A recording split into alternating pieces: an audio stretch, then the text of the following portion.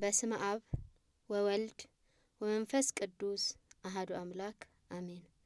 በስመ አብ ወወልድ ወመንፈስ ቅዱስ አሐዱ አምላክ አሜን። በስመ አብ ወወልድ ወመንፈስ ቅዱስ አሐዱ አምላክ አሜን። ሰላም የእግዚአብሔር ቤተሰቦች፣ የእመቤታችን የቅድስት ድንግል ማርያም የቃል ኪዳን ልጆች እንደምን ሰነበታችሁ? አሜን። የእግዚአብሔር ሰላም ከሁላችሁ ጋር ይሁን። ይህ ዘወትር ቅዳሜ ቅዳሜ በዚህ ሰዓት በምስካየ ኅዙናን መድኃኔዓለም ገዳም የተምሮ ማስተማር ሰንበት ትምህርት ቤት በመስማት የተሳናቸው ጉዳይ ክፍል እየተዘጋጀ ከማህበረ ቅዱሳን ቴሌቪዥን ጋር በመተባበር የሚቀርብላችሁ ሳምንታዊ መርሃ ግብራችን ነው። ዛሬ በሚኖረን መርሃ ግብር ሰፋ ያለ የትምህርት ጊዜ ይኖረናል። ጊዜያችሁን ሰጥታችሁ በጥሞና እንድትከታተሉን በአክብሮት እንጠይቃለን። ኒቆዲሞስ ማን ነው? ጌታችን መድኃኒታችን ኢየሱስ ክርስቶስ ለ33 ዓመት ከ3 ወር በምድር ላይ እየተመላለሰ ሲያስተምር የአይሁድ ማህበረሰብ በጠላትነትና በጥርጣሬ በተከፋፈሉ እርስ በርስ በሚጣሉ በደነደነ የሃይማኖትና የፖለቲካ ስርዓቶች የተጠመዱ ሳምራውያንን ከአይሁድ አይሁድም በራሳቸው በሰዶቃውያን በፈሪሳውያን በጸሐፍት የተከፋፈሉ እምነታቸውም በጠባብ ትርጉሞች ታስሮ ነበር። ታዲያ በዚህ ሁሉ ስብስብ ውስጥ ግን ኒቆዲሞስ የሚባል የአይሁድ ሊቅ የሕግ መምህር የሆነ ፈሪሳዊ ሰው ነበር። ምንም እንኳን በዘመኑ አዋቂና የኦሪት ሕግ መምህር ቢሆንም ግን የጌታችንን ማንነት ተረድቶ የሚያስተምረውን ትምህርት ለመማር ሌሊት በድብቅ እየመጣ ከጌታችን ከኢየሱስ ክርስቶስ እግር ስር በመሆን ይማር ነበር። እናም ታዲያ ዛሬ በአብይ ጾም 7ኛ ሳምንት ላይ ቤተ ክርስቲያናችን ኒቆዲሞስ የሚል ስያሜ ሰጥታ ስለ ኒቆዲሞስ ማንነትና ምን እንደነበረ ስለምንስ ጠይቆ እንደተማረ በሚገባ ታስተምረናለች።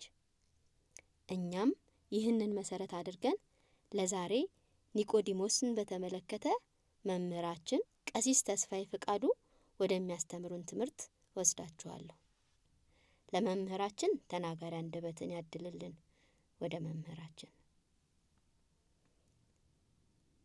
በስመ አብ ወወልድ ወመንፈስ ቅዱስ አሐዱ አምላክ አሜን። የተወደዳችሁና የተከበራችሁ ውድ ኦርቶዶክሳውያን ቤተሰቦቻችን እንደምን ቆያችሁ? እንደምን ሰነበታችሁ? አሜን። የአምላካችን የልዑል እግዚአብሔር ስሙ የተመሰገነ ይሁን። እንኳን ለጌታችንና ለመድኃኒታችን ለኢየሱስ ክርስቶስ ታላቁ ጾም በሰላም በጤና አደረሰን አደረሳችሁ።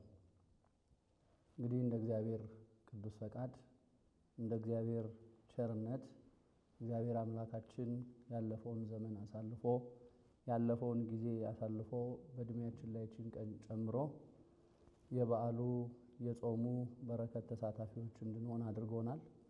ይህንን ጾም እንድንጾም ጾመን በረከት እንድናገኝ ለዚህ ያደረሰን አምላካችን ስሙ የተመሰገነ ይሁን።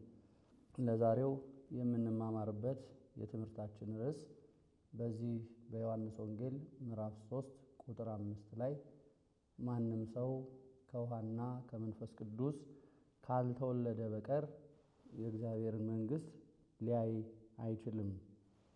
ይህ ቃል የርዕሳችን ወይንም ደግሞ የትምህርታችን መነሻ ነው። የዚህ ትምህርት መሰረታዊ ዓላማ ጌታችን መድኃኒታችን ኢየሱስ ክርስቶስ ለኒቆዲሞስ ያስተማረውን ትምህርት ማየት ነው። እንግዲህ ኢትዮጵያ ኦርቶዶክስ ተዋሕዶ ቤተክርስቲያናችን 7 አጽዋማት አሏት። እነዚህ 7ቱ አጽዋማት የሕግ ጾም ይባላሉ፣ የአዋጅ ጾም ይባላሉ። ከነዚህ ከ7ቱ አጽዋማት መካከል አንደኛውና ዋነኛው የጌታችን የመድኃኒታችን ኢየሱስ ክርስቶስ 40 ቀን 40 ሌሊት የጾመው ጾም ነው። ስለዚህ ቅድስት ቤተክርስቲያናችን ይህንን ጾም አብይ ጾም በማለት ትጠራዋለች። ከ7ቱ አጽዋማት አንዱ እንግዲህ አብይ ጾም ነው ማለት ነው። አብይ ማለት ታላቅ ማለት ነው። ታላቅ የተባለበት መሰረታዊ ዓላማ ታላቁ አምላካችን መድኃኒታችን ኢየሱስ ክርስቶስ የጾመው ጾም ስለሆነ ነው። ሁለተኛው አብይ ጾም ከሌሎቹ አጽዋማት በተለየ መልኩ የጾሙ ጊዜ ሰፊ ስለሆነ አብይ ይባላል። በሌላ መልኩ አብይ ጾም ጾመ ሁዳዴ እየተባለ ይጠራል። ጾመ ሁዳዴ ማለት ሁዳድ ማለት የመንግስት ሰፊ እርሻ ማለት ነው። ስለዚህ በመንግስትም ሆነ በሰፊ እርሻ ውስጥ የሚዘራ ዘር ሰፊ ፍሬ፣ ብዙ ፍሬ ያሰጣል፣ ብዙ ፍሬ ያስገኛል፣ ብዙ በረከትን ያስገኛል። ስለዚህ አብይ ጾም ሰፊ ከመሆኑ አንጻር ከእግዚአብሔር ጋር በተለየ መልኩ የምንገናኝበት ሰፊ ከእግዚአብሔር ጋር የመገናኘት ጊዜ እንዲኖረን የሚያደርግ በምንጾመው ጾም ብዙ በረከቶችን፣ ብዙ ድነቶችን፣ ብዙ ጸጋዎችን የምናገኝበት በብዙ የምንባረክበት ብዙ ፍሬ የምናፈራበት ስለሆነ ጾመ ሁዳዴ ይባላል ማለት ነው። ሌላው እንግዲህ ይህ ጾም ጾመ ኢየሱስ ይባላል። ጌታችን መድኃኒታችን ኢየሱስ ክርስቶስ የጾመው ጾም ስለሆነ ጾመ ኢየሱስ በመባል ይታወቃል። እንግዲህ የኢትዮጵያ ኦርቶዶክስ ተዋሕዶ ቤተክርስቲያን እነዚህን ሰባቱን አጽዋማት የጌታንም ጾም ጨምሮ የሕግ ጾም ብላ ሰርተዋለች።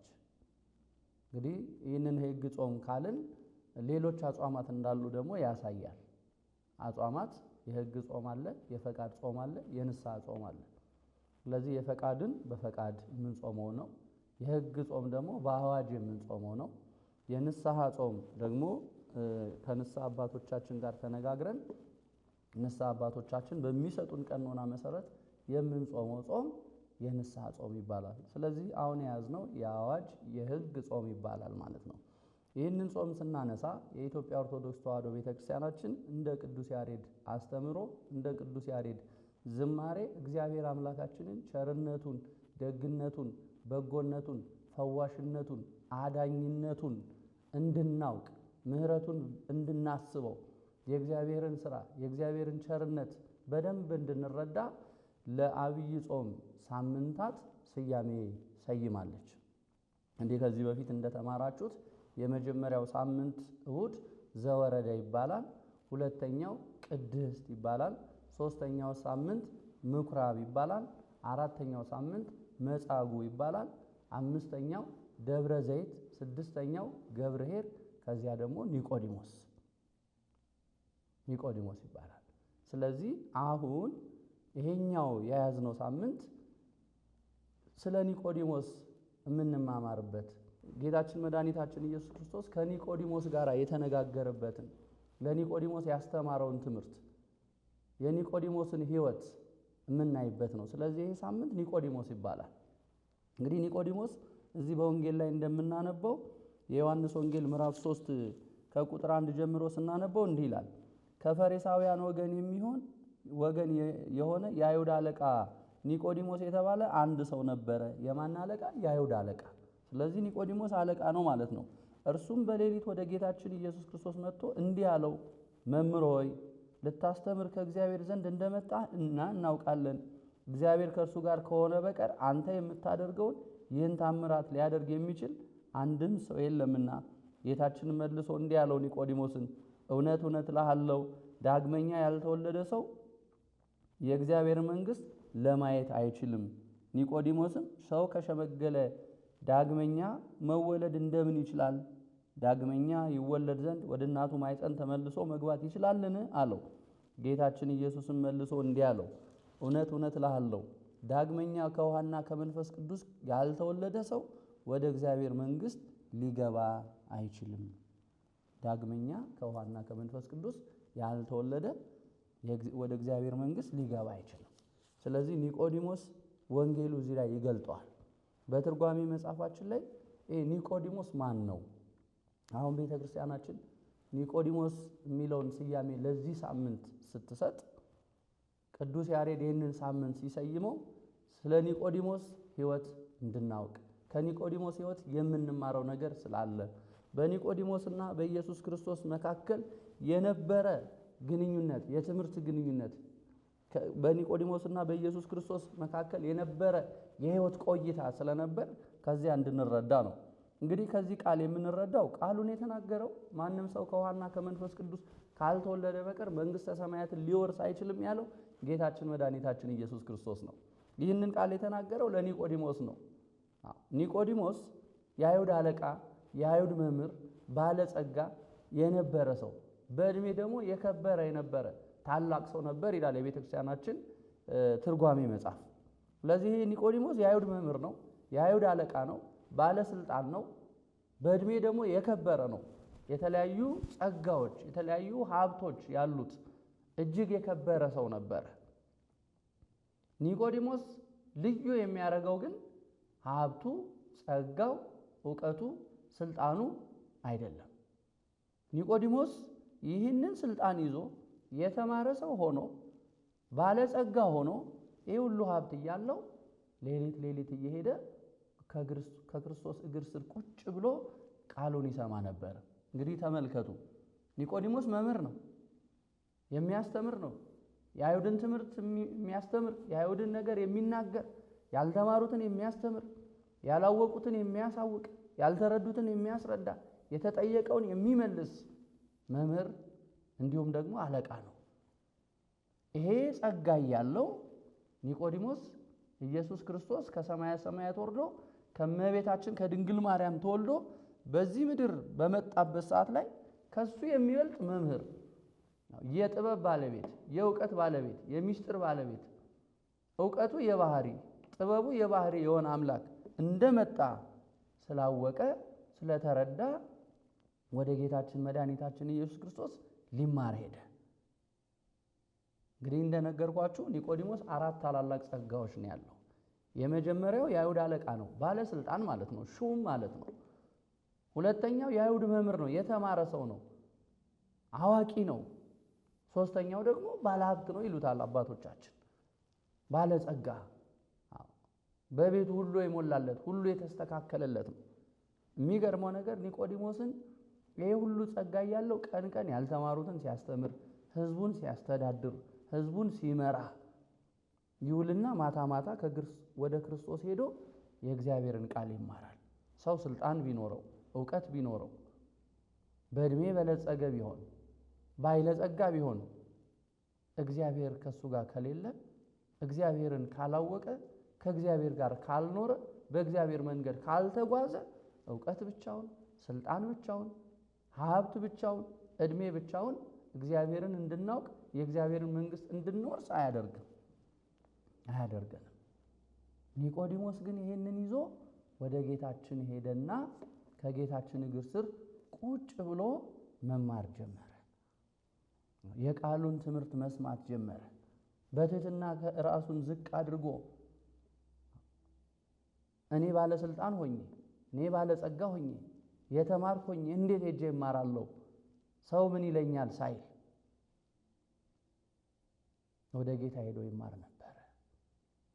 በዛን ሰዓት ጌታችን መድኃኒታችን ኢየሱስ ክርስቶስ ለኒቆዲሞስ ያስተማረው ትምህርት ኒቆዲሞስ ልትጸልይ ይገባሃል፣ የጸሎት ሕይወት ሊኖርህ ይገባሃል፣ ኒቆዲሞስ ልትጾም ይገባሃል፣ ኒቆዲሞስ መመጽወት አለብህ፣ ኒቆዲሞስ በሕግ በሥርዓት መመላለስ አለብህ አይደለም ያለው። የድህነትን ትምህርት ነው ያስተማረው። የምስጢር ትምህርት ነው ያስተማረው።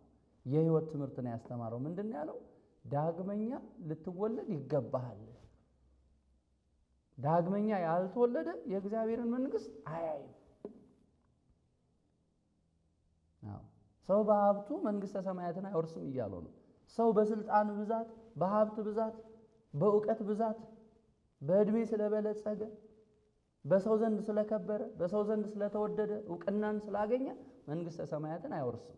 ገንዘብ ስላለው መንግስተ ሰማያት አይወረስም። ሀብት ስላለ መንግስተ ሰማያት አይወረስም። በሀብቱ መልካም ስራ ካልተሰራበት፣ በእውቀቱ ካልተጠቀመበት፣ በስልጣኑ በቅንነት ካላስተዳደረ፣ ሃይማኖት ጸንቶ ኑሮት በሃይማኖት ጸንቶ በምግባር ቀንቶ እግዚአብሔርን አምኖ ከእግዚአብሔር ጋር ኑሮ ካልሆነ በስተቀር አንድ ሰው በሀብት በስልጣን በእውቀት መንግስተ ሰማያት አትወረስም።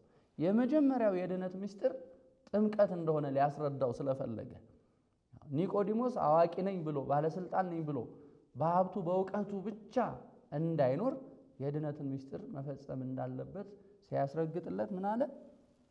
ዳግመኛ ልትወለድ ይገባል አለው። ዳግመኛ ካልተወለድክ መንግሥተ ሰማያትን አታያትም። በዚህን ሰዓት ኒቆዲሞስ እንግዳ ትምህርት ነው የሆነበት፣ አዲስ ትምህርት ነው የሆነበት። ምክንያቱም በዚህ በተፈጥሮ ሂደት ውስጥ አንድ ሰው ይጸነሳል፣ ይወለዳል፣ ያድጋል፣ ይኖራል፣ ይሞታል። አርጅቻለሁ፣ ሸምግያለሁ፣ መታደስ ፈልጋለሁ፣ ወደ እናቴ ማኅፀን ገብቼ እንደገና ልወለድ ማለት አይቻልም። እንዲህ ያለ የተፈጥሮ ሂደት የለም። ኒቆዲሞስ በዚህ ዕድሜው በዚህ ቆይታ ውስጥ እንዲህ ያለ ታሪክ አልሰማም፣ እንዲህ ያለ ተግባርም አልተመለከተም። ስለዚህ ኒቆዲሞስ ስለ ሥጋ ልደት ነው እያሰበ ያለው ማለት ነው። ከእናት ማኅፀን ወጥቶ ወደ እናት ማኅፀን ተመልሶ ዳግመኛ መወለድን ነው እያሰበ ያለው ኒቆዲሞስ። ስለ ሥጋ እያሰበ ነው ያለው። ምንድን ነው ሰው እንዴት ዳግመኛ ወደ እናቱ ማኅፀን ተመልሶ ገብቶ ይወለድ ዘንድ እንዴት ይችላል የሚል ጥያቄ በውስጡ ፈጠረ። ኒቆዲሞስ መምህር ነው፣ ይህንን ግን አልተረዳም። አዋቂ ነው፣ ይህንን ግን አላወቅም። ጸነነበት፣ ትምህርቱ ከበደው፣ ግራ ገባው። ግን ኒቆዲሞስ ጌታችን መድኃኒታችን ኢየሱስ ክርስቶስን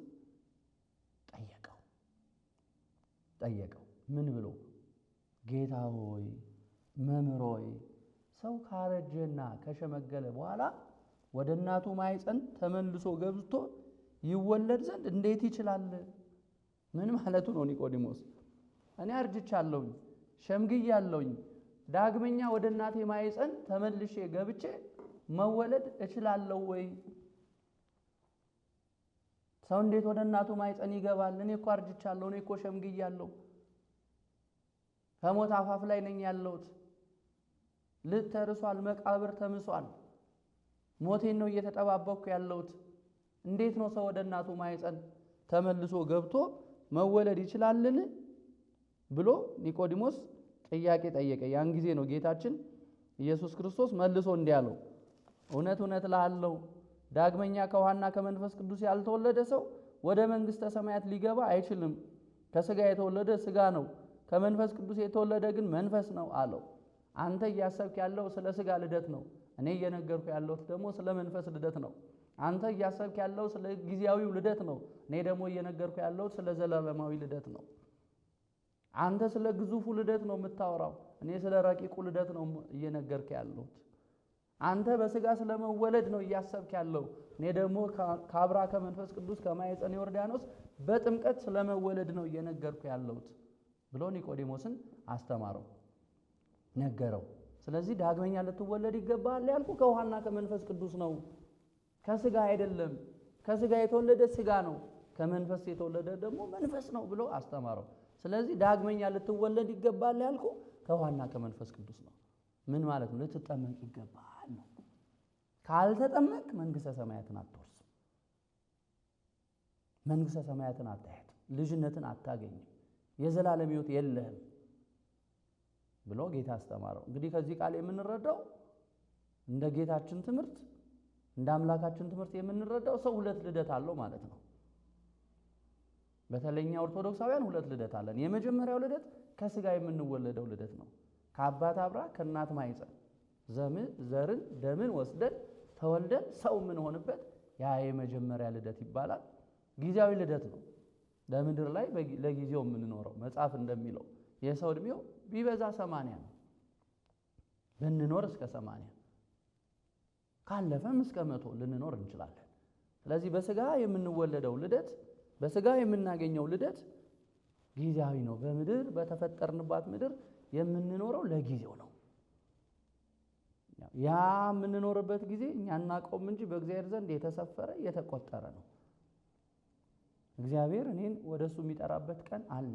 በእግዚአብሔር ዘንድ እዚህ እንድኖር የተፈቀደልኝ ጊዜ አለ። እናንተም እኛ ግን አናውቀውም። እግዚአብሔር ቸርነቱ፣ እግዚአብሔር ረቂቅነቱ የተወለድንበትን ጊዜ እንጂ የምንሞትበትን ቀን እንዳናውቅ ነው ያደረገን። ሰው የሚሞትበትን ጊዜ ቢያውቅ ተሰቆ ገና ቀድሞ ሊሞት ይችላል። ሰቀቀኑ ይገለዋል። ተስፋ መቁረጥ ይመጣል። እግዚአብሔር ግን የምንወለድበትን እንጂ ወደሱ የምንሄድበትን ጊዜ አላሳወቀን። የሆነ ሆኖ ግን በምድራዊ ልደት ለጊዜው ነው በዚህ ምድር የምንኖረው። ስለዚህ ይሄ ጊዜያዊ ልደት ያኛው ልደት ደግሞ ከውሃና ከመንፈስ ቅዱስ የምንወለደው ልደት ዘላለማዊ ልደት ይባላል። አንድ ሰው ሲጠመቅ ሁለተኛ ልደት ፈጸመ ይባላል። ስለዚህ መጽሐፍ እንደሚለው ጥምቀት ሁለተኛ ልደት ነው። ስለዚህ እኛ ክርስቲያኖች ሁለት ልደት አለን፣ የሥጋ ልደትና የመንፈስ ልደት፣ ከሰው የምንወለድበትና ከእግዚአብሔር የምንወለድበት።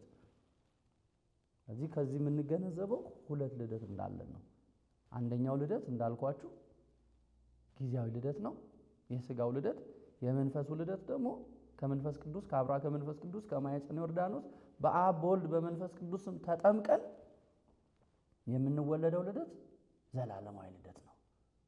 ዘላለማዊ ለዘላለም ከእግዚአብሔር ጋር በምድርም በሰማይም የምንኖርበት መንግሥተ ሰማያት የምንገባበት ከመላእክት ጋር በሰማይ ቅዱስ ቅዱስ ቅዱስ እያልን እግዚአብሔርን እያመሰገንን የምንኖርበት ያንን ዕድል የምናገኝበት መንፈሳዊ ልደት ነው። ይሄ መንፈሳዊ ልደት ደግሞ ዘላለማዊ ነው። ያኛው ልደት ምድራዊ ነው። በጥምቀት የምናገኘው ልደት ደግሞ ሰማያዊ ነው። የመጀመሪያው ልደት ግዙፍ ነው። ከእናት ከአባታችን ስንወለድ አዋላጆቹ ወላጆቹ ያዩታል። ከመንፈስ ቅዱስ ስንወለድ ግን አናውቅም፣ አንረዳም። ረቂቅ ልደት ነው። ካህኑ ውሃውን ሲባርከው ወደ ማያገቦነት ሲለውጠው የቀደሰውን ውሃ አንስቶ ሲያጠምቅ እንመለከታለን። ከሥላሴ ግን ልጅነትን ስናገኝ አናይም። በመንፈስ አይን በመንፈሳዊ አይን እንጂ በሥጋ አይን አይታይም። ስለዚህ ረቂቅ ልደት ይባላል። በሚታይ አገልግሎት የማይታየውን የእግዚአብሔርን ጸጋ የምናገኝበት፣ በሚታይ አገልግሎት በረቂቅ ልደት የሥላሴ ልጆች የምንሆንበት። ስለዚህ ይህንን ነው ጌታችን ለኒቆዲሞስ ያስተማረው። ቅድም እንዳልኳችሁ የድኅነት ትምህርት የሚስጥር ትምህርትን ያስተማረው። ጹም፣ ጸልይ፣ ስገድ፣ መጽውት አይደለም ያለው። ዳግመኛ ልትወለድ ይገባሃል። ከምግባር ሃይማኖት ይቀድማል። ከስራ ልጅነት ይቀድማል። ሌላውን ተግባር ከማከናወናችን በፊት ተጠምቀን የሥላሴ ልጆች መሆን እንዳለብን። ስለዚህ ኒቆዲሞስን ጌታ ምን አለው? ዳግመኛ ልትወለድ ይገባሃል። ዳግመኛ ካልተወለድክ የእግዚአብሔርን መንግሥት ወይም መንግሥተ ሰማያትን አትወርስም። ከዛ ኒቆዲሞስ ይህንን ቃል ሰማ። መስማት ብቻ አይደለም፣ ይህንን ቃል ከሰማ በኋላ አምላኩን ተከተለ። የጌታን ቃል ፈጸመ። ኒቆዲሞስ ከዛይ ሰዓት ጀምሮ ሕይወቱ እስከ መጨረሻው ድረስ ከክርስቶስ ጋር ሆነ። ያላመነው አመነ፣ ያልተረዳውን ተረዳ፣ ያላወቀውን አወቀ። ዳግመኛ ከውሃና ከመንፈስ ቅዱስ ተወለደ። በክርስቶስ አመነ። ከክርስቶስ ጋር ሕይወቱን አደረገ። እንግዲህ ይህ ኒቆዲሞስ የአይሁድ መምህር የነበረው፣ የአይሁድ አለቃ የነበረው፣ ባለጸጋ የነበረው ታላቁ ሰው ኒቆዲሞስ ማታ ማታ ከክርስቶስ እግር ስር ሄዶ የጌታን ቃል የቃሉን ትምህርት ቁጭ ብሎ እየሰማ ቆየ። እንግዲህ ማታ ማታ መሄዱ ብዙ ትርጉም አለው። አንደኛ በቀን ስራ ተግባር ስላለው፣ ባለስልጣን ስለሆነ፣ ሕዝብ ስለሚያስተዳድር፣ ስለሚሾም፣ ስለሚሽር ለተበደለው እየፈረደ ለበደለው እየፈረደበት ሕግን እያስፈጸመ ሕዝብን እያስተዳደረ ስለሚቆይ፣ አንድም ስለሚያስተምር፣ በሌላ መልኩ ደግሞ ከውዳሴ ከንቱ ለመራቅ ውዳሴ ከንቱ እንዳይገጥመው፣ ሰዎች ወደ ኋላ በውዳሴ ከንቱ እንዳይጎትቱት እንዳይስቡት፣ አንተ መምህር ሆነህ አንተ አይሁድ አለቃ ሆነህ እንዴት ከአንተ በዕድሜ የሚያንስ ሰው ጋር ሄደህ እንዴት ትማራለህ እንዳይሉት፣ ወደ ኋላ እንዳይስቡት፣ በውዳሴ ከንቱ እንዳይጠልፉት ማታ ማታን መረጠ ይላል የቤተ ክርስቲያናችን የትርጓሜ መጽሐፍ። አንድም ለምን ማታ ማታ ሄደ ካለ የሌሊት ልብ የተከተተ ነው። ቀን ሰው ሐሳቡ ይበተናል፣ ልቡ አይሰበሰብም፣ ያወጣል ያወርዳል። በተሰበሰበ በተከተተ ልብ ቃሉን መስማት ስለማይቻል የሌሊት ልብ የማታ ልብ የተከተተ የተሰበሰበ፣ ወደዚህ ልሂድ፣ ይሄን ልስራ፣ ወደዛ ቦታ ልሂድ፣ እንዲያ ያለ ነገር ልከውን እማንልበት፣ ወዲህ ወዲያ መንቀሳቀስ የማንችልበት ጊዜ ስለሆነ ልብ ይከተታል። ስለዚህ በተከተተ ልብ የእግዚአብሔርን ቃል ለመስማት ሰምቶ ወደ ሕይወት ለመተርጎም የሰማውን በልቡ ለማኖር ሌሊትን መረጠ። መጽሐፉ በሌሊት እየሄደ ነው የሚለው። ሌላው ኒቆዲሞስ በሌሊት ሄዶ ሲማር የነበረበት ምክንያት ምንድን ነው ካልን ሰዎች እንዳይንቁት ነው። እንዳይንቁት እንዴ ሳይማር ነው እንደ እኛን የሚያስተምረን? ሳያውቅ ነው እንደ አዋቂ ነኝ ያለው? ሳይማር ነው እንደ መምህር ነኝ ያለው? ብለው እንዳይንቁት እንዳያቃልሉት ሌሊትን መረጠ። ኒቆዲሞስ ሌሊት እየሄደ ሲማር የነበረው ይሄንን ነበር። ጌታችን መድኃኒታችንም ኢየሱስ ክርስቶስ ለአንድ ሰው የሚገባው ነገር ድህነትን ይፈጽማል። ሳምራዊቷን ሴት ውሃ ልትቀዳ ሄደችውን ብቻዋን ነው ሕይወት ቃል ያስተማራት። ኒቆዲሞስንም ብቻውን ነው። ጌታችን ሰው በተሰበሰበበት ጉባኤ በተዘረጋበት ብቻ አልነበረም ሲያስተምር የነበረው። ሰው በበዛበት ብቻ አልነበረም። በተራራ ላይ አስተምሯል። በቤተ መቅደስ አስተምሯል። ኒቆዲሞስንም እንደዚሁ በሌሊት ለብቻው አስተምሮታል። ይሄ የጌታን ትሕትና የሚያሳይ ነው። እግዚአብሔር አምላክ እኛ ልጆቹ መዳን እንዲፈጸምልን ድህነትን እንድናገኝ በረከትን እንድናገኝ እንዴት እንደሚፈልግ የሚያስረዳን ነው። ስለዚህ ኒቆዲሞስ በሌሊት እየሄደ የጌታን ትምህርት ተማረ፣ ቃሉን ሰማ፣ ያልተረዳውን ጠየቀ። ከዚያ በኋላ ጌታችን መድኃኒታችን ኢየሱስ ክርስቶስን ተከተለው፣ አድርግ የተባለውን አደረገ። ይሄ ኒቆዲሞስ መጨረሻው ምንድነው? ምን አይነት ሰው ነው የሆነው ካልን ኒቆዲሞስ የዓርብ ሰው ነው የሆነው። ያ ያልተጠመቀው ኒቆዲሞስ፣ ስለ ጥምቀት የማያውቀው ኒቆዲሞስ፣ ዳግመኛ ያልተወለደው ኒቆዲሞስ፣ ዳግመኛ ልትወለድ ይገባል የሚለውን የጌታን ቃል ከሰማ በኋላ ጌታን ተከተለው። እስከ ምን ካላችሁኝ እስከ መስቀል ድረስ፣ እስከ መከራ ድረስ ተከተለው። ዛሬ እኛም አምላካችንን ልንከተል የሚገባን በማጣትም በማግኘትም በሐዘንም በደስታም በሀገር በኖር ጊዜ በመሰደድም ጊዜ ስናጣም ስናገኝም በጭንቅ ጊዜ በሰላምም ጊዜ እግዚአብሔርን ልንከተል ይገባል። ኒቆዲሞስ በጭንቅም ሰዓት ከክርስቶስ ጋር ነበረ፣ ከጌታ ጋር አብሮ ነበረ። አምላኩን በቃ ፈጽሞ አልተለየውም፣ ተከተለው። ልቡንም ራሱን ሰጥቶ ነው የተከተለው። ያ ኒቆዲሞስ መጨረሻ ላይ ያገኘው እድል ያገኘው ጸጋ ክርስቶስን በመከተል ትልቅ ዋጋ ትልቅ በረከት የፈጸመ ሰው ነው። ምንድነው ካላችሁኝ ጌታችን መድኃኒታችን ኢየሱስ ክርስቶስ ክብር ይግባውና ለኛ ሲል ከሰማይ ወርዶ በምድር ተመላልሶ በመጨረሻ ሰዓት ላይ በመስቀል ላይ ተሰቅሎ ነፍሱን ለኛ አሳልፎ ከሰጠ በኋላ ተፈጸመ ብሎ ነፍስና ስጋው ተለይቶ የድህነትን እንደፈጸመ ጌታችን ከሞተ በኋላ የጌታን የከበረ አካል የጌታን የተቀደሰ አካል ከመስቀል ላይ አውርዶ ታቅፎ ገንዞ ለመቅበር የጌታን አካል ለመታቀፍ ጌታችንን ለመገነዝ ቅዱስ እግዚአብሔር ቅዱስ ኃያል እያለ እያመሰገነው እያከበረው ጌታን ገንዞ ለመቅበር የከበረውን የክርስቶስን አካል ለመታቀፍ የታደለ ሰው ነው የሆነው። ኒቆዲሞስ እድለኛ ነው። ጌታን ታቅፏል። የጌታ ደም ነክቶታል። ከመስቀል ላይ ሲያወርደው የተወጉ ጎኖቹን ተመልክቷል። የተቸነከሩ እጆቹን እግሮቹን አይቷል። ኒቆዲሞስ ምን አይነት እድለኛ ሰው ነው! ክርስቲያኖች እኛም አሁን ጌታ ከኒቆዲሞስ የበለጠ እድል እኮ ሰጥቶናል። የክርስቶስን ስጋውን እንድንበላ ነው ለኛ የተፈቀደልን። አካሉን እንድናቅፍ ብቻ አይደለም። ያ የተቆረሰውን ስጋ እንድንበላ፣ ያ የፈሰሰውን ደም እንድንጠጣ፣ ስጋው ከስጋችን ጋር እንዲዋሃድ፣ ደሙ ከደማችን ጋር እንዲዋሃድ፣ ከሱ ጋር ህብረት እንዲኖረን፣ እሱ በእኛ ላይ ለማደር እኛ ከሱ ጋር እንድንኖር ስጋዬን ብሉ ደሜን ጠጡ ብሎ ጌታችን ይህንን እድል ሰጥቶናል።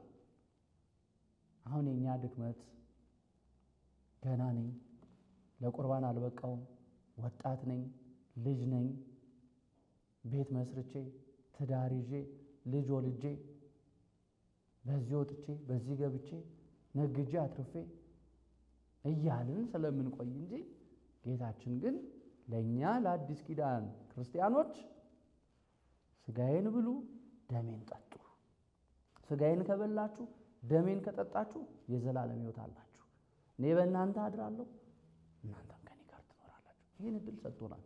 ይህን እድል ልንጠቀምበት ይገባል። ይህን እድል ለመጠቀም መማር፣ ንስሐ መግባት፣ የበደሉትን መካስ፣ የቀሙትን መመለስ፣ የተጣሉትን መታረቅ፣ ቂምን ከልቦና ማውጣት፣ አታድርጉ የተባለውን ነገር መተው፣ አድርጉ የተባለውን ማድረግ፣ በሕገ እግዚአብሔር በሥርዓተ ቤተክርስቲያን መመላለስ፣ በካህን ምክር መመላለስ። ይህን ካደረግን የጌታን ሥጋና ደም ተቀብለን ቅዱስ ሥጋውን ክቡር ደሙን በልተን ጠጥተን እሱ በእኛ ያድራል፣ እኛም ከእሱ ጋር እንኖራለን፣ መንግሥቱን እንወርሳለን። በመንግሥተ ሰማያት ከመላእክት ጋር ቅዱስ ቅዱስ ቅዱስ እያለን እናመሰግናለን። ስለዚህ ኒቆዲሞስ እድለኛ ነው፣ እኛም እድለኛ ነን። ኒቆዲሞስ እድሉን ተጠቀመ፣ እኛ ግን እድላችን አልተጠቀምንም። የተሰጠንን ጸጋ የተሰጠንን ድነት ከመጠቀም ይልቅ ቀጠሮ እንይዛለን። ያን ከመጠቀም ይልቅ ነገ ተነገ ወዲያ እንላለን። ስወልድ ሳገባ እንላለን። ልኳን ልዳር እንላለን። ስለዚህ እድላችን ልንጠቀም ይገባል። ነገ ስንል ዛሬ ሞት ቢመጣስ? የዛሬ ዓመት ስንል በመንፈቅ ብንጠራስ? የእግዚአብሔር ቀን መች እንደሆነች አናውቅም። ለዚህ ነው መጽሐፍ ቅዱስ ተዘጋጅታችሁ ኑሩ።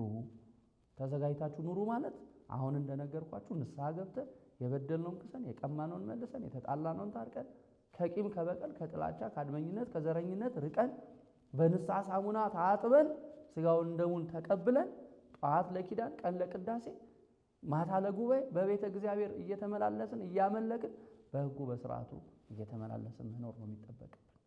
ይህን ካደረግን ሥጋው ደሙ ተቀብለን የዚህ ዕድል ተጠቃሚ መሆን እንችላለን። እንግዲህ በመጨረሻ እንዳትዘነጉ የትምህርታችን ርዕስ ማንም ሰው ከውኃና ከመንፈስ ቅዱስ ካልተወለደ መንግሥተ ሰማያትን አይወርስም ነው። ስለዚህ ቃል የተናገረው ጌታችን መድኃኒታችን ኢየሱስ ክርስቶስ ነው ብለናል። ቃሉን ያስተማረው ለኒቆዲሞስ ነው። ኒቆዲሞስ ማን እንደሆነ አይተናል። የአይሁድ መምህር የአይሁድ አለቃ እንደሆነ ተረድተናል። ስለዚህ ቤተ ክርስቲያናችን ይህንን እንድናውቅ ይህንን እንድንረዳ ይህንን ሳምንት ኒቆዲሞስ ብላ ሰየመዋለች። አሁን ትምህርታችንን ለመጠቅለል ስለ ኒቆዲሞስ ተረክን፣ ስለ ምስጢረ ጥምቀት አየን፣ ዳግመኛ ልደት ምን እንደሆነ ተመለከትን። እግዚአብሔር አምላክ ለኒቆዲሞስ በሌሊት ያስተማረውን ትምህርት በስፋት አየን። አሁን ከኒቆዲሞስ ምንድን ነው የምንማረው ነው? ኒቆዲሞስ ብለን ሳምንቱን ቀርተነው ማለፍ ብቻ ሳይሆን የኒቆዲሞስን ትምህርት የኒቆዲሞስን ታሪክ ተረድተን መሄድ ብቻ ሳይሆን ቤተ ክርስቲያናችን ለኒቆዲሞስ በኒቆዲሞስ ስም ይህንን ሳምንት ስትሰይም እኛ እንድንማረው እኛ እንድናውቅ የፈለገችው ነገር አለ። ስለዚህ ከኒቆዲሞስ ምን እንማራለን? የመጀመሪያው ከኒቆዲሞስ የምንማረው የእግዚአብሔርን ቃል የእግዚአብሔርን ድምፅ ለመስማት መትጋት እንዳለብን እንማራለን። ኒቆዲሞስ ቀን ቀን ሲሰራ ውሎ ማታ ደከመኝ ሳይል ወደ ክርስቶስ ሄዶ ይማር ነበረ። በዚህ በማቴዎስ ወንጌል ምዕራፍ 4 ላይ ሰው በእግዚአብሔር ቃል እንጂ በምግብ ብቻ አይኖርም ይላል ወንጌላዊው ማቴዎስ። ያው የሰው ልጅ በስጋ ምግብ ብቻ እንደማይኖር የስጋ ምግብ ብቻ እየተመገቡ በመኖር የእግዚአብሔር መንግሥት እንደማትወረስ ወይንም ደግሞ ሰው በሕይወት ሊኖር የሚችለው በስጋ ምግብ ብቻ እንዳልሆነ ሲያስረዳን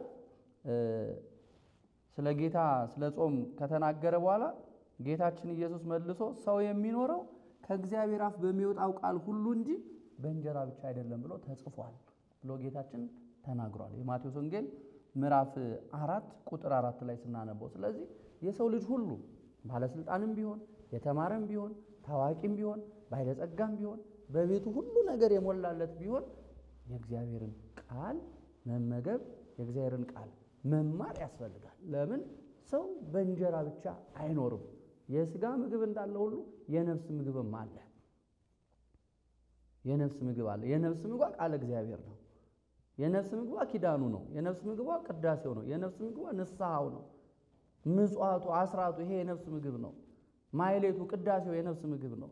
ስለዚህ ይህን ልንመገብ ይገባል። ኒቆዲሞስ ያ ሁሉ ጸጋ ያ ሁሉ ሀብት እያለው ማታ ማታ እየሄደ በሥጋው የሞላለት የላሜ ጣም የሚበላ ቢሆንም ለነፍሱ ደግሞ የእግዚአብሔር ቃል እንደሚያስፈልገው ስላወቀ በትጋት ሄዶ ይማር ነበረ። ስለዚህ የእግዚአብሔርን ቃል ልንማር ይገባል። የእግዚአብሔርን ድምፅ ዕለት ዕለት መስማት ያስፈልጋል። ቀን ውለን ሰርተን ተምረን ወጥተን ወርደን ማታ ደግሞ ወደ ቤቱ ወደ ጉባኤው መተን በእግዚአብሔር ቃል ልንጽናና፣ በእግዚአብሔር ቃል የቀን ውሏችን ልንፈትሽ፣ ያላወቅነው ልናውቅ ይገባል። ስለዚህ ከኒቆዲሞስ የምንማረው የእግዚአብሔርን ቃል መማር ነው። ቃሉን ስንሰማ እንጽናናለን። ቃሉን ስንሰማ እንረጋጋለን። ቃሉን ስንሰማ እንበረታለን። ቃሉን ስንሰማ ከውድቀታችን እንነሳለን። ከኃጢአት ወደ ጽድቅ እንመለሳለን። ከጨለማ ወደ ብርሃን እንመለሳለን። ስለዚህ ከኒቆዲሞስ የምንማረው በትጋት የእግዚአብሔርን ቃል መማር ነው ክርስቲያኖች። ስለዚህ ዕለት ዕለት የእግዚአብሔርን ድምፅ መስማት፣ ዕለት ዕለት የእግዚአብሔርን ቃል መማርን ከኒቆዲሞስ እንማራለን፣ ልንማር ይገባል። ሁለተኛ ከኒቆዲሞስ የምንማረው ምንድን ነው ካልን ትሕትናን እንማራለን። ባለጸጋ ሆኖ ባለስልጣን ሆኖ ባለሀብት ሆኖ ታላቅ ሰው ሆኖ እኔ እንዴት ወደ መምህራን ሄጄ ልማር ይገባል? መማርም ቢኖርብኝ መምህራን ወደ እኔ ሊመጡ ይገባል እንጂ እኔ ሁሉ ክብር እያለኝ እንዴት ወደ ቤተ ክርስቲያን፣ እንዴት ወደ አስተማሪ ወደ መምህር ሊሄድ ይገባኛል አላለም። ራሱን ዝቅ አድርጎ ወደ ክርስቶስ ሄደ። ስለዚህ በዚህ ዘመን ያለን ባለስልጣን፣ በዚህ ዘመን ያለን ባለጸጋዎች፣ በዚህ ዘመን ያለን አዋቂዎች ነን ባይ ጠበብቶች፣ ታዋቂዎች፣ ዝነኞች፣ ባለጸጎች ከኒቆዲሞስ ይህንን ልንማር ይገባል። ትሕትናን ልንማር ይገባል። ይሄ ሁሉ ጸጋ እያለው ወደ ክርስቶስ ሄዶ ቁጭ ብሎ ይማር ነበር። እኛም በምንም የኑሮ ከፍታ ላይ በምንም የስልጣን ቦታ ላይ ብንኖር ሰው ስለሆንን የእግዚአብሔር ቃል ያስፈልገናል። ሰው ስለሆንን መማር ያስፈልጋል። ስለዚህ በትሕትና ወደ ክርስቶስ ሄደን መማር እንዳለብን ትሕትና ያስፈልጋል። እኔ ባለስልጣን ነኝ ብሎ ራስን መኮፈስ አያስፈልግም፣ አያጸድቅም። እሱ የተማርኩ ነኝ ብሎ ራስን ከፍ ማድረግ አያስፈልግም። እውቀት የሚሰጠው ከእግዚአብሔር ነው። ስልጣንም ከእግዚአብሔር ነው። ጸጋም ሀብትም ቢኖር ሀብት ከእግዚአብሔር ነው። ሀብትን እግዚአብሔር ካልባረከው ትርጉም የለውም። ስለዚህ ከኒቆዲሞስ ይህን እንማራለን፣ ትሕትናን። ሶስተኛ ከኒቆዲሞስ የምንማረው ምንድን ነው ካልን ከመምህራን እግር ስር ቁጭ ብለን ከጉባኤ ተቀምጠን በምንማርበት ሰዓት ላይ መጠየቅ እንዳለብን ከኒቆዲሞስ እንማራለን። ኒቆዲሞስ ዳግመኛ ካልተወለድክ የእግዚአብሔርን መንግሥተ ሰማያትን አትወርስም፣ ዳግመኛ ልትወለድ ይገባል ሲሉ አልገባውም። ግን መምህር ነው፣ ግን አዋቂ ነው፣ አልተረዳም። አሁን እኔ ይሄ ትምህርት እንዴት ነው ብዬ ብጠይቅ አላዋቂ ነው ይለኝ ይሆን? አንተ መምህር አይደለህ እንዴት አላወቅም ይለኝ ይሆን ብሎ ሳይፈራ ጠየቀ። ሰው እንዴት ነው ዳግመኛ ከስጋ ሊወለድ የሚችለው? ሰው እንዴት ነው ዳግመኛ መወለድ የሚችለው ብሎ ጠየቀ። ስለዚህ ከኒቆዲሞስ ምን እንማራለን? መጠየቅ፣ ያልገባንን ያልተረዳንን የረቀቀብንን ነገር መምህራንን መጠየቅ፣ ተምረን ሳይገባን እንደገባን፣ ጥያቄ እያለን ሳይመለስልን እንደተመለሰልን፣ ሳንረዳ እንደተረዳን ሆነን መሄድ የለብንም። ጎበዝ ተማሪ ይጠይቃል። የጎበዝ ተማሪ መለያው መጠየቅ ነው። ሌላው የጎበዝ ተማሪ መለያው የተጠየቀውን ይመልሳል፣ በትጋት ይማራል። ስለዚህ ከኒቆዲሞስ የምንማረው በሃይማኖት ስንኖር ለሚጠይቁን ሁሉ መልስ መስጠት እንዳለብን ሁሉ ያልገባንንም ደግሞ ከመምህራን መጠየቅ አለብን። ስለዚህ ለሚጠይቁን መልስ ለመስጠት መጀመሪያ ያልገባንን ከመምህራን መጠየቅ፣ ኒቆዲሞስን መጠየቅ፣ የእግዚአብሔርን ቃል ስንሰማ መጠየቅ እንዳለብን አስተምሮናል። እዚህ የመጀመሪያው። ሶስተኛው ከኒቆዲሞስ የምንማረው ጥያቄ መጠየቅ ነው። በትጋት የእግዚአብሔርን ቃል መስማት ብለናል። ሁለተኛ ትሕትናን፣ ሶስተኛ መጠየቅ። መጠየቅ። እነዚህ ሶስት ነገሮች ከኒቆዲሞስ እንማራለን። ስለዚህ የተወደዳችሁ ምእመናን በየትኛውም አጋጣሚ፣ በየትኛውም መድረክ ላይ፣ በየትኛውም ጉባኤ ላይ የእግዚአብሔርን ድምፅ የእግዚአብሔርን ቃል ስንሰማ ያልገባንን ነገር መጠየቅ አለብን። ስለዚህ ከኒቆዲሞስ እነዚህ ሶስት ነገሮች በደንብ አድርገን መማር አለብን። ዕለት ዕለት የእግዚአብሔርን ቃል ለመስማት መትጋት፣ ምንም ደረጃ ላይ ብንሆን ከእግዚአብሔር በታች ስለሆንን ትሑታን መሆን። በትሕትና ጸጋ ይገኛል። በትሕትና ምስጢር ይገለጣል። በትሕትና በረከት ይገኛል። ሌላው ያልተረዳነውን ነገር መጠየቅ። ጌታችን መድኃኒታችን ኢየሱስ ክርስቶስ ማንም ሰው ከውሃና ከመንፈስ ቅዱስ ካልተወለደ በቀር መንግሥተ ሰማያትን ሊወርስ አይችልም፣ ዳግመኛ ልትወለድ ይገባሃል ብሎ ያስተማረው የድነት ትምህርት ነው። ስለዚህ ኒቆዲሞስን አስተምሮት ኒቆዲሞስ ቃሉን ሰምቶ በተግባር አውሎ እስከ መጨረሻው ድረስ ከክርስቶስ ጋር ጸንቷል።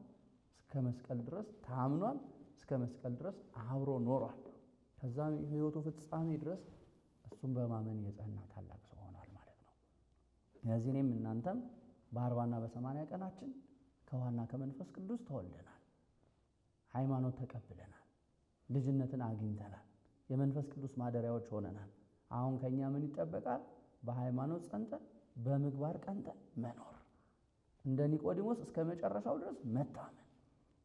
በሃይማኖታችን ጸንተን በምግባራችን ቀንተን በመከራም ጊዜ በደስታም ጊዜ ከእግዚአብሔር ጋር መኖር። በዚህ መልኩ እንድንኖር ይሄ ቃል ያስተምረናል።